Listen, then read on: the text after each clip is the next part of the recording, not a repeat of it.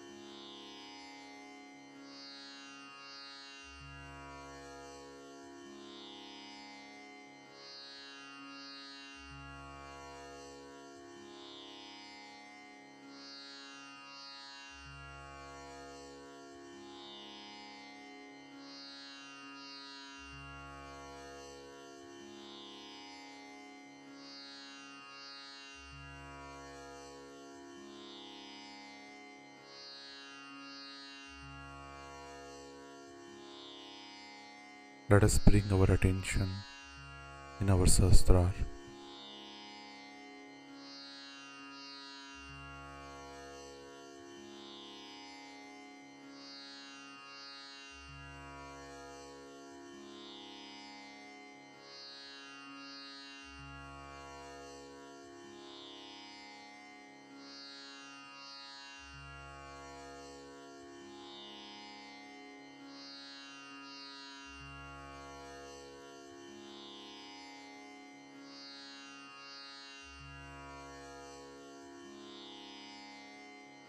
Shri Mataji, we humbly request you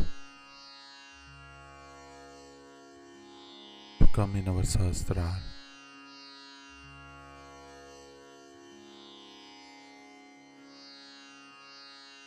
Shri Mataji, kindly bless us with a state of complete silence.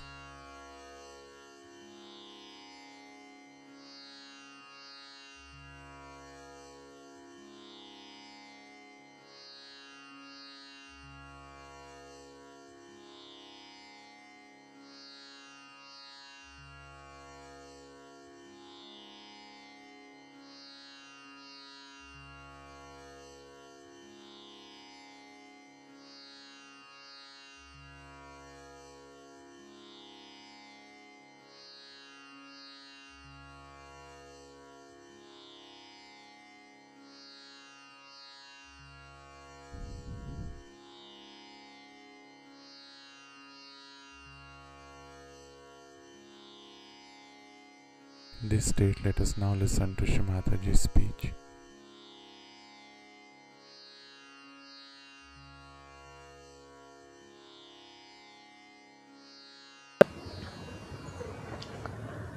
So we are in the center. We are the people who have ascended to God's level. We have no business to have left Vishuddhi on any point. We have no ego. Where is the ego? It's finished. Where is the superego? Finished. So if there is even a lurking thing of that, you just face up to it. Why do you feel guilty? For what? Nonsense. And that's how you get rid of it. Because I've seen with Sahaja Yogis also, suddenly their nose will blow out, their eyes will come out, suddenly they'll talk like this, and I get a fright. I said, what's the matter? He was a normal person, why is he talking like this now? The reason is that hidden ego suddenly jumps up and shows.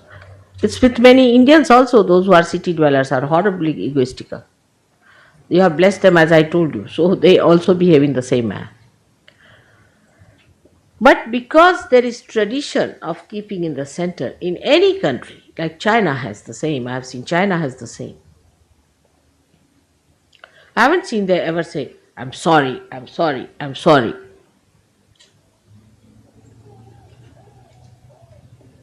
And they don't even discuss. Say Russians have been so bad to them. It's all right. We tell them, we ask them, why did you cut off from the Russians? Forget it. They never criticize. Sit down and criticize they did like this or sulk about it or think about nothing. Like Indians now, you will be surprised.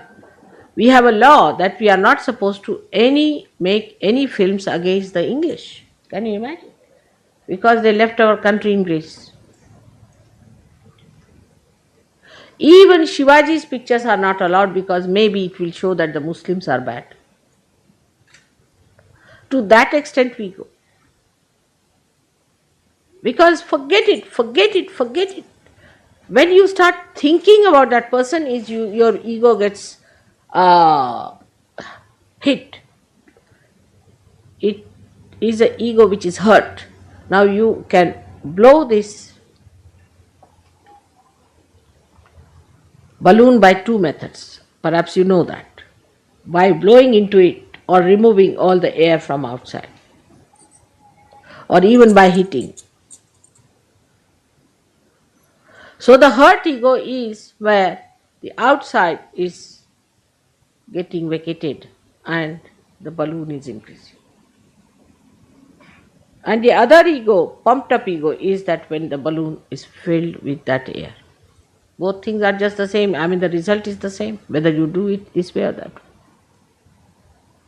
So once you understand the physical manifestation of this, not only that you develop all these diseases, but also develop a thing called lunacy at a very, very young age, because you don't know how to cope with yourself. So the best way is to, if you have done something, forgive yourself at that point. I forgave myself at this point, all right. And that, this was done because of this, all right. So I could not have done this. Never, I'm not going to do it again. Just say like that. Just absolutely neutralize. Unless and until you neutralize it, you again store it up there. That's the point. Secondly, I have to tell you that the women in the West have changed their styles, which is very, very dangerous for their society. Because they have also taken to the egoistical ways of men.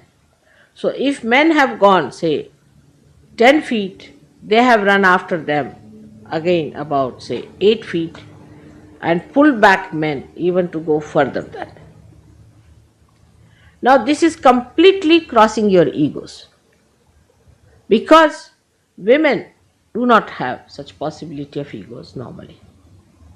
So competing men in ego, what you did, you have lost your complete maryadas of a woman. There's no maryada of a woman. Man has a maryada of a man. If a man starts behaving like a woman, he is not a man.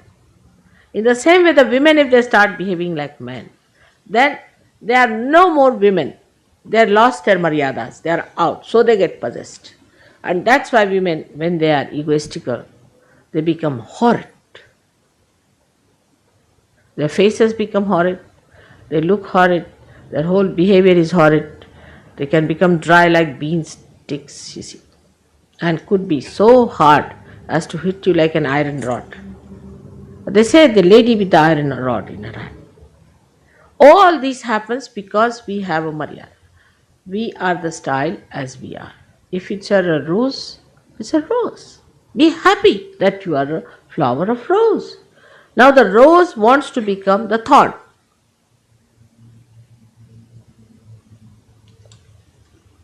So we lose all our maryadas. Today I will be speaking to you before we start this here, when the people are coming, before that, to the ladies and tell them what's gone wrong with them. And that is how you must know that the plight of the West is not by men but by women. Women have ruined the society of Western society. It's the Indian women who have kept the society intact. All my really thanks to their solid behavior towards life. It is the women of this country who have ruined all that was so delicate, emotional, beautiful, love, affection, compassion. Women are there to give joy and happiness and emotional security to the whole society. While they take over, do this, give that, do that. Even the husbands have become just like servants in the house. You haven't done the cleaning properly, you haven't cleaned the kitchen properly. I went to England, I was surprised, all kitchen cleaning and all that is so well done in England. You see, you have everything for cleaning this, cleaning that. I said, why it has happened? It's the men, you see, they had to do it, so they found out all the ways and methods. Has to be sparkling, all right.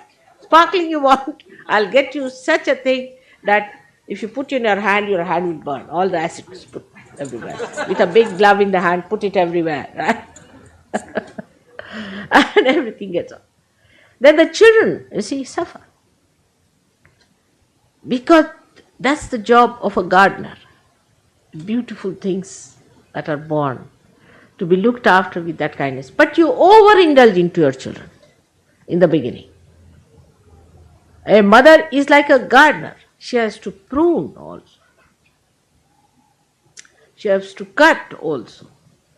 So the growth is all right. If your child is spoiled, you are no good a mother, useless you are.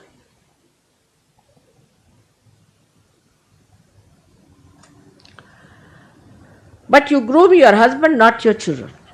Just the other way around. Because ego is towards your husband, all the time grooming. Sit here, go there, what this, money, business, give me all the money, I keep all the money, everything. Now one may say that the law is such. If the law is stupid, the Sahajoginis should not take to such a law. That law has ruined you all, I tell you. Because this is such an important part of life.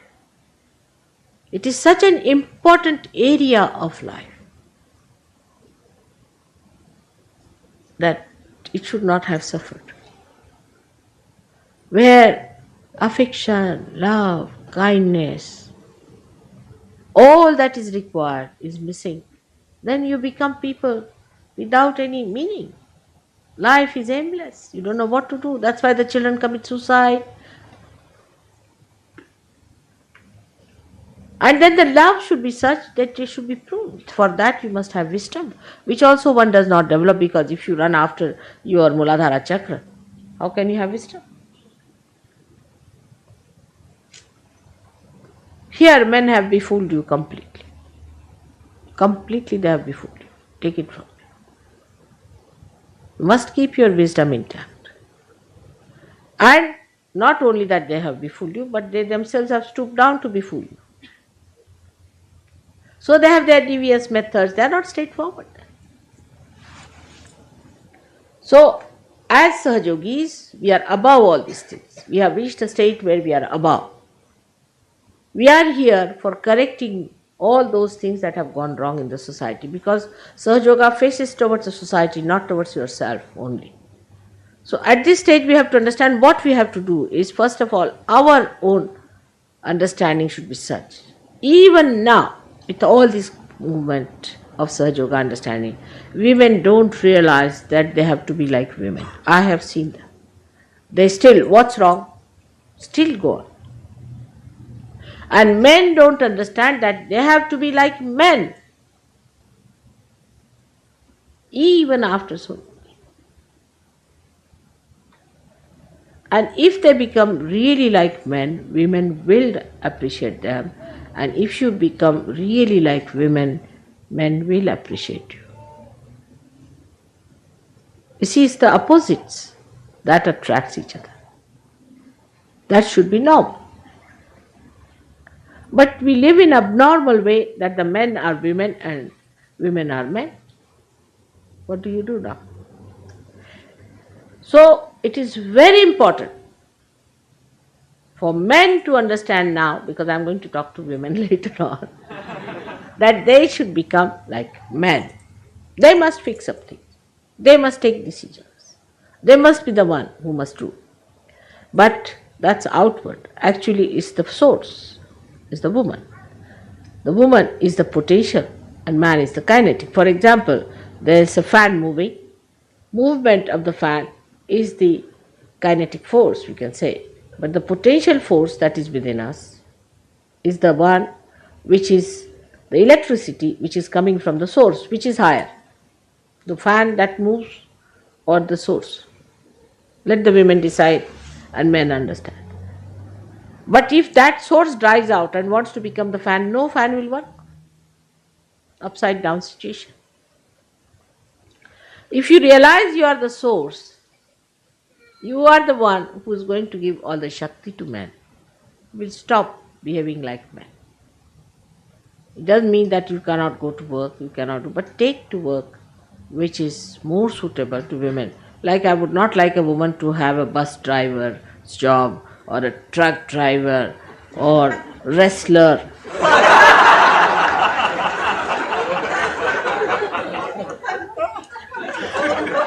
No, I'm not telling, I'm telling from experience.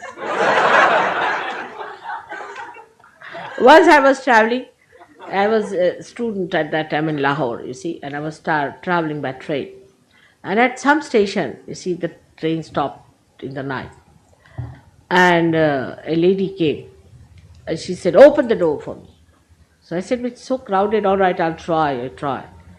And she said, "If you don't open, I can break it." I said, "How can you?" She said, "You don't know who I am?" I said, "Who?" She said, "I'm Hamida Bano."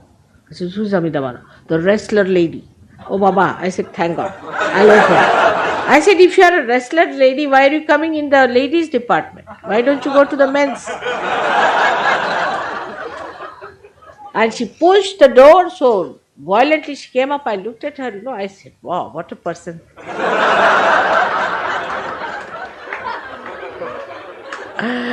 And she sat down, you see, with the whole her countenance and everything, her whole gait and state of sitting, everything was so manly like that. She sat down and said, "Now come along now. Those who want to say I should not sit here." I said, "Nobody wants that. Now, madam, you sit comfortably. But we'll have to get somebody from the other compartment to have wrestling." And then she was quiet. And she was really, I saw her, all her muscles so overdeveloped, and she was really looking like, I would say, a western cow, we can say.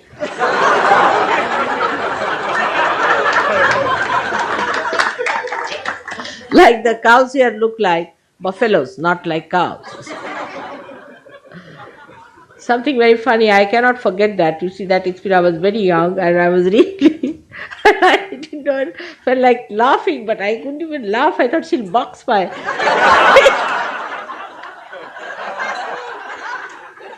So this is what it is, that we are ending up there, must know that. How far are we going? Are we going to become wrestlers? So this is what it is.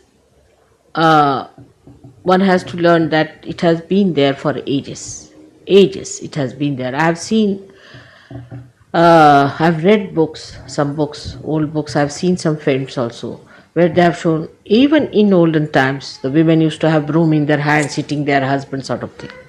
We do have some of them, blessed in India, but there are very, very few women like that.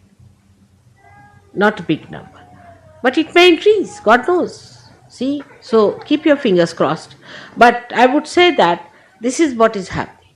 So with too much ego of men, which goes into left Shuddhi, they say not, let the women take over. It's all right, let them be satisfied. No more of their aggression. Let them have their own. So they do what they like. Men are not bothered. And they go into their left, this thing. There's no enjoyment of marriage or love. So now we have yesterday the other marriage, for the benefit of your children, for the goodness of them, all that. Take your roles as women and men. Your roles are as women and men, and you will see you'll enjoy it. The quarrel should be on that role. The man wants to do something for you, should say, no, no, no. How can you do? That's too much for me. Let me do this work. As I have told you many a times, how my husband, when he gets angry, he wants to wash his undershirt, you see, to show he's angry. Or when he's very angry, then he will clean the bathroom.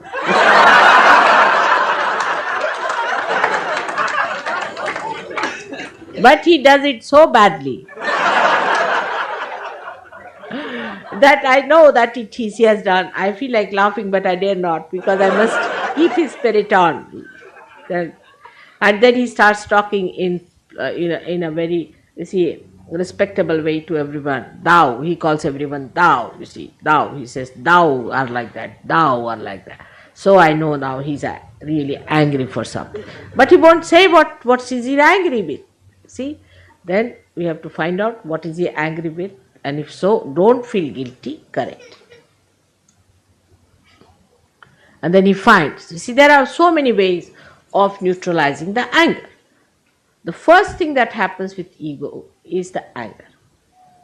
As yesterday you got married, you must know how to neutralize this, because still ego is there. Now to find out how to neutralize the anger of another person is a very beautiful thing, which I have never seen your writers handling, but in India we have many writers who have handled this situation. Now you must find out what are the weak points of your husband, first of all, and of your wife. On what points she get upset. Now the attitude should be, we should not upset her, we should not make her angry, and the another attitude of the wife the same way, much more for the husband. So now what are the soft points on which he really gets upset? Just study. It's very simple.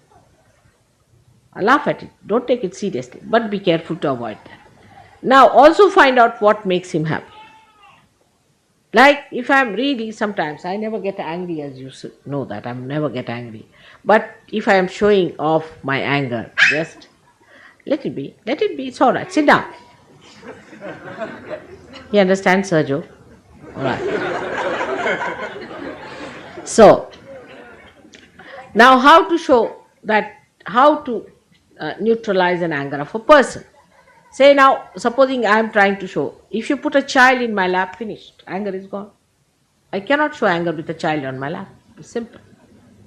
So you must find out, like my husband, you see, if he is angry, supposing, I know him, then if I tell him that, what about getting me a nice sari?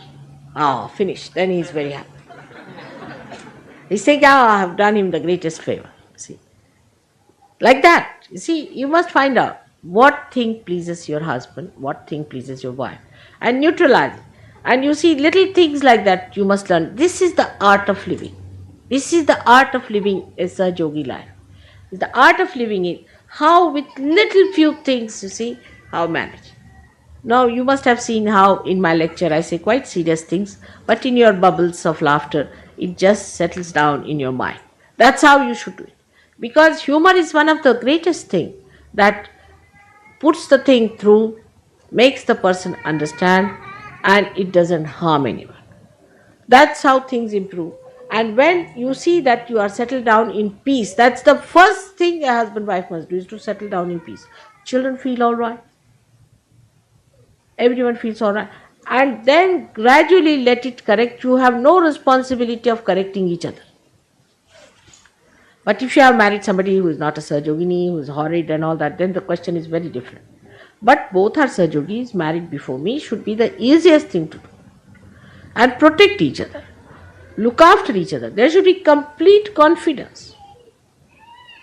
And this is we have in our country. Really, I must say, our marriage system has something special about it. What happened once I went to Singapore, you'll be surprised, in the early times, I was going to America. And there was one horrible diplomat's wife, she came drunk to the program. And she was asked to get out because she was drunk. So she informed our Prime Minister Indira Gandhi that this lady is doing this kind of work, she should not do this, she is a diplomat's wife and she's so highly placed and this and that.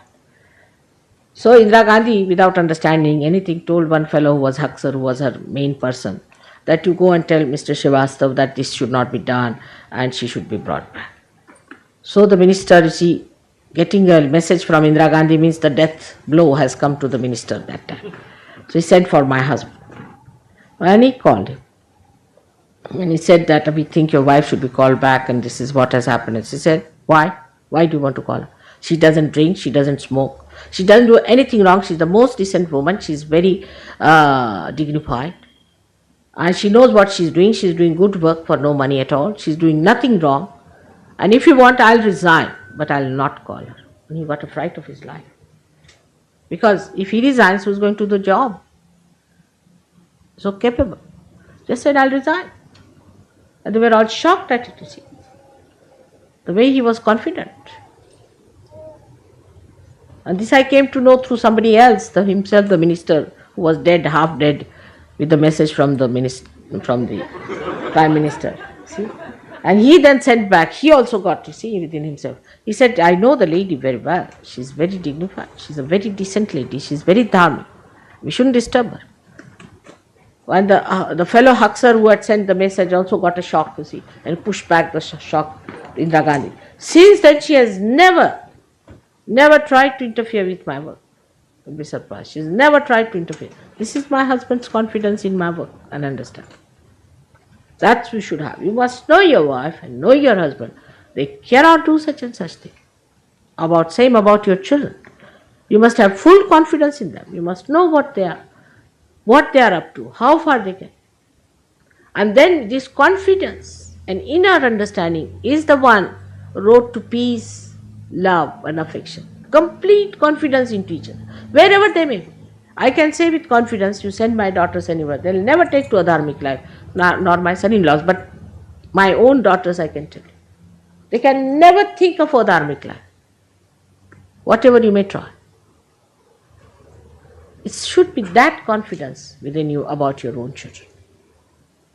Like they were small, very small, and the neighbors came and said that your daughters came and were using this, our garden for morning ablution. I said, what? I said, my children, even if they can go into your bathroom, you take them. I'll give you 2,000 rupees just now, right now. You just ask them to go to your bathroom. That's all. I know them too well. If somebody will say that your daughter has taken something, I know them too well. They can never touch anybody's things. I know them too well. They'll never take any obligation from anyone like that. I know them too well.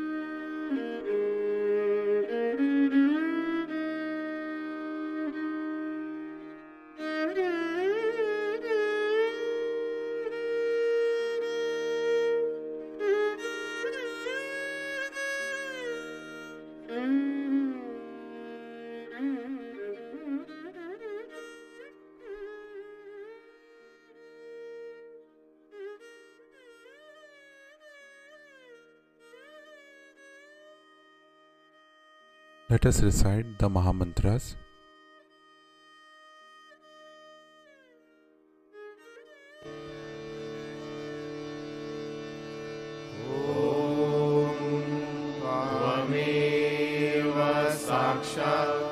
Shri Mahalakshmi Mahasaraswati Mahakali त्रिगुणात्मिका kundalini साक्षात् श्री आदिशक्ति माताजी श्री निर्मला देव्यै नमो नमः। ॐ त्वमेव साक्षात् श्री कल्की साक्षात् श्री आदिशक्ति माताजी श्री निर्मला देव्यै नमो नमः। ॐ त्वमेव साक्षात् श्री कल्की साक्षात् श्री सहस्रार स्वामिनी मोक्षप्रदायिनी माताजी श्री निर्मला देव्यै नमो नमः।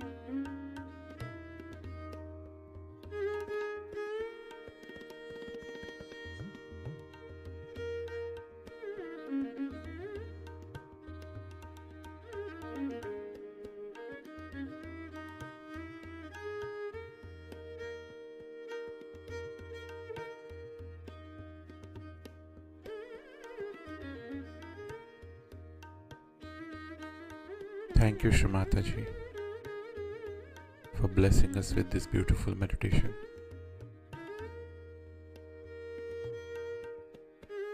Let us all bow down to Shri Mataji, raise our Mother Kundalini, and give ourselves a bandhan.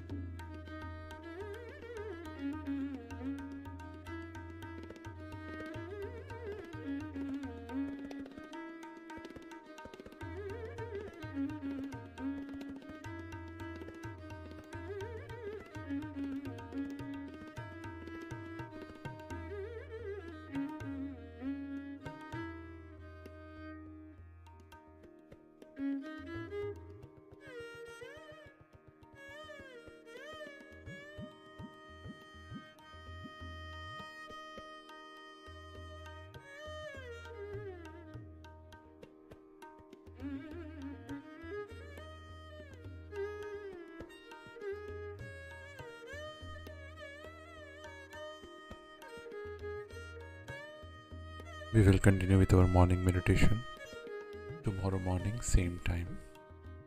Jai Shri Mataji.